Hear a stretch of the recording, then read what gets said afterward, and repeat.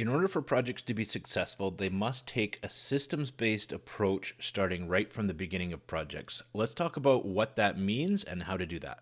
You're listening to the Industrial Commissioning Association podcast, where we discuss best practices for industrial plant process and energy system commissioning.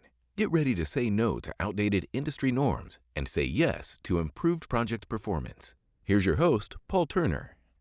So let's talk about what is a systems-based approach to projects. You often hear that on projects, and the commissioning folks are always saying you must take a systems-based approach. Often when projects are started, project managers have been trained and known for years to develop a project WBS. So that's their version of splitting the work up into a breakdown structure of work packages to be complete. And this is good to start a project. This helps break the work into work packages, but that doesn't necessarily align with systems and how they're going to be started up at the end of the project. Also, the construction groups will develop their work packs in what is the best sequence to complete the work, and often it makes sense to do that. But as design and construction are being completed, work needs to be handed over in a subsystem and system manner to align with commissioning and startup. So when we say taking a systems-based approach, what that means is adapting the project WBS into a systems-based approach in what's required for completion of each subsystem and system to align with commissioning and startup at the end. Because it doesn't help to hand over partially complete systems. That's not going to help commissioning complete any work when things are still missing. So by taking a systems-based approach, we're looking at all the activities, all the physical assets, all the documentation deliverables, and lumping those into groups of what's required for each subsystem or each system to define that portion of the work complete in a functional area or a functional group of equipment that would form a subsystem or system. And this needs to be done at the beginning of projects because this defines the goalposts of what it actually means to complete each subsystem and system.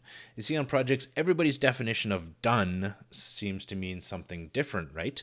But when we take this systems-based approach and we define the details of what the completion of each subsystem or system looks like, then that clearly defines the goalpost that design and construction groups need to achieve in handing over that group of equipment and documentation to commissioning that can then further work with those physical assets and document deliverables.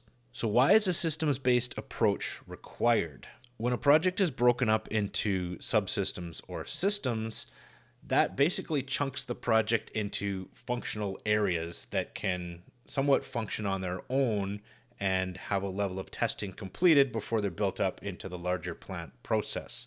It also then becomes very important to define the sequence of when each of these subsystems and systems are handed over, and therefore when they need to be complete construction-wise before they're ready for testing. There's very often a very structured and rigid sequence in how the project is going to be commissioned and how it's going to be started up due to the technical dependencies of one system on another. So an example would be we're not able to energize the 230 kV switchyard before first having the 230 kV transmission line finished construction and connecting into the yard to provide power into the switchyard. Another smaller example, if we're looking to start up a particular plant process subsystem and we need to have process fluids coming to it, well, we're not going to be able to start up that subsystem unless we have the incoming piping, the header system, to feed process fluids into that particular plant process. Too often you hear, well, okay, this plant process is ready, go out in the field and start it up. You go out and look and confirm if it's ready to be started up, and the subsystem is complete construction, but we're missing an incoming header, and when you go to look, that header hasn't even been ordered, it's not even arrived on site. That out of sequence subsystem or system is not going to allow us to move on to next stages of commissioning because we're missing a critical technical dependency in order to do that. So, a systems based approach is required to break the project up into these functional systems and then define the order, the sequence that they need to be complete construction in order to align identically with the commissioning and startup sequence. And that's the only way to get through that sequence of activities efficiently to meet your project and service date. So, what are the pitfalls of not having a systems based approach? When there's no commissioning involvement at the beginning of a project, then there's no discussion that's taking place in order to define systems and subsystems. The work will typically progress based on project WBS or a construction sequence, and that may not necessarily align with what's required for commissioning. So a pitfall of not having a systems-based approach is you're going to have out-of-sequence construction completions that don't align with what's required for commissioning. Some of the dependencies are obvious. We need auxiliary power systems before we're able to energize a particular subsystem and start working with it, but there's a lot of details that are required and a lot of technical dependencies that are needed to be completed in a very specific sequence in order for commissioning and startup to proceed. If anything gets out of sequence in that a particular subsystem is complete, but we have to wait 2 months for the next portion of construction to be complete because of those technical interdependencies, well, that causes significant delays while commissioning groups are waiting or receiving systems that are out of sequence and not allowing commissioning and startup to proceed. Same goes for design deliverables.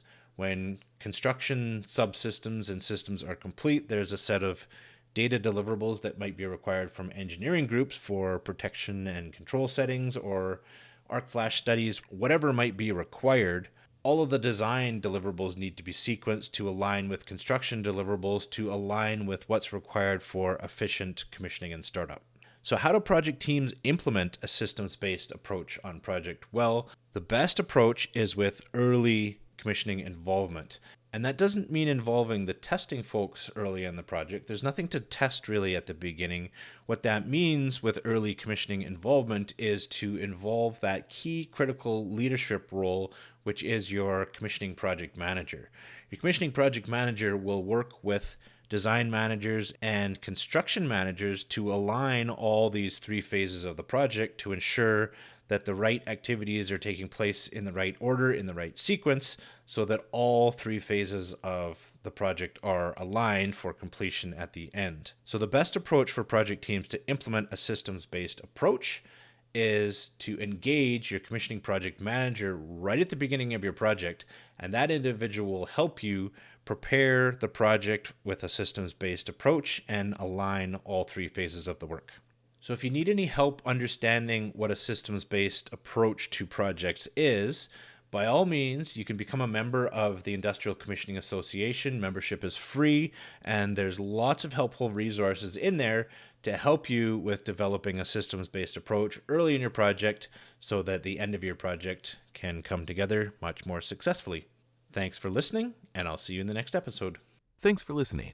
To become a member of the Industrial Commissioning Association, visit CxA.net. Members get access to commissioning standards, procurement specifications, commissioning training and certification, plus many more specialized resources to help you with commissioning of your industrial plant process and energy systems. Visit CxA.net for more information.